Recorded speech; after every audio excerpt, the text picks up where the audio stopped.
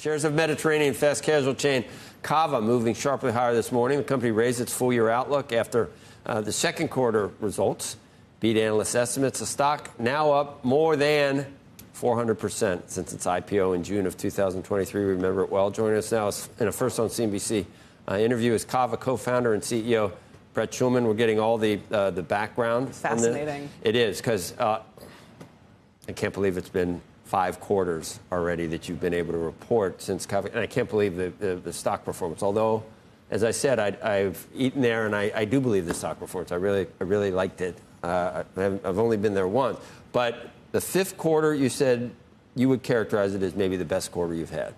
Yeah, the 9.5% traffic growth is just a great performance and a testament to the appeal of our Mediterranean cuisine. And I want to give a shout out to our 10,000 team members across the country who deliver on our mission to bring heart, health, and humanity every day.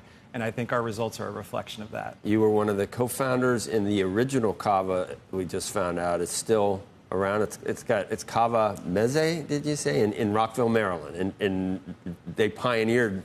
That's where you got the idea, I think. Yeah, so all my co-founders are sons of Greek immigrants, and the brand's origins go back to 2006 when they opened a single full-service restaurant, still there today in Rockville, Maryland, and then started selling the dips and spreads. Think our crazy feta, our harissa, and a couple local Whole Foods.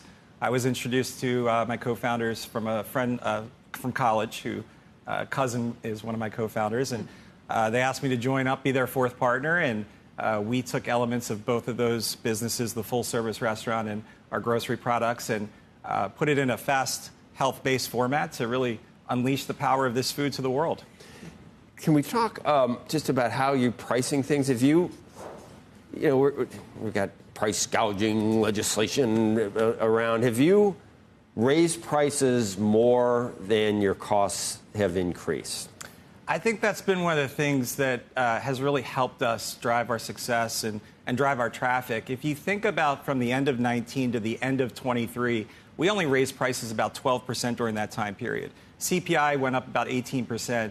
The Department of Labor has noted that fast food has raised prices upwards of 30%. So it's really enhanced our relative value proposition and able to deliver a really compelling value to our guests, which obviously it's clearly resonating. And even recently in California with the legislation AB 1228, I think we were the only limited service brand that did not take incremental price as a result of some of the legislated wage increases. Are you taking losses, though, or taking margin hits? Because you're growing so fast, you can deal with it down the road. You can maybe even take some share from other players because profitability is not the main focus right now? Well, that's the power of our economic model. Our 2-year same restaurant sales growth is over 30% this quarter. And that's allowed us to not only invest in our team members, so we've invested in wages 9% year over year, mitigate cost increases to our guests, and expand restaurant level margin at the same time. I don't know. That was the question I had. I don't know how you can raise prices less than what your costs were increasing.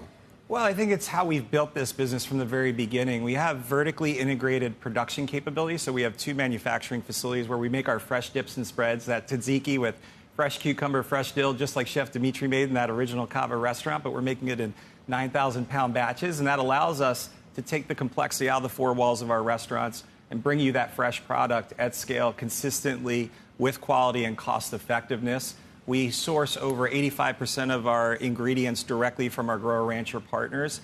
And we've invested in wages, like I said. Even back in 2016, we took our national starting wage to $13 an hour when many were paying $9 and $10 and $11 an hour. And, that equals great service, great experience, and that's translated into great growth, which obviously we get leveraged on our fixed occupancy costs and other fixed costs. How much have you looked to something like a Chipotle as a template for what you can achieve? I mean, it's not as if you came from having launched already a successful fast casual chain yourself.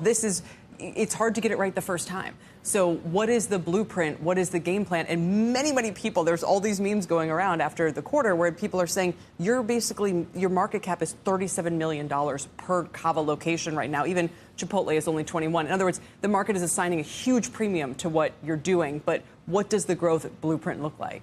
Yeah, I think it's a testament to the belief in our massive white space opportunity, and the fact that we believe we're creating and defining what we think is going to be the next large-scale cultural cuisine category, Mediterranean, that unique cuisine where you don't have to sacrifice flavor for your health.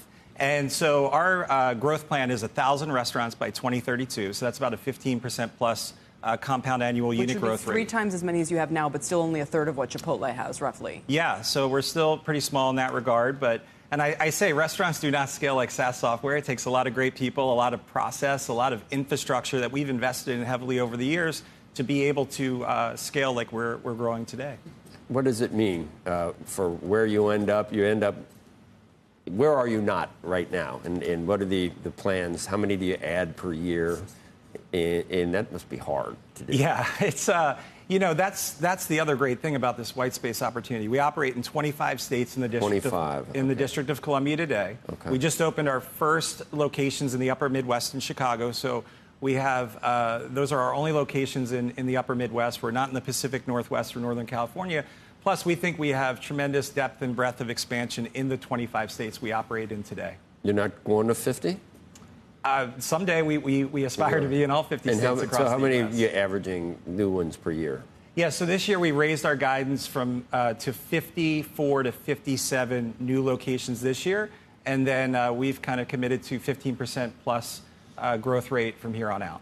And inflation at this point is not like it was. Yeah, we've seen it pretty benign on our input costs and really has receded from the supply chain shocks we saw coming out of the pandemic.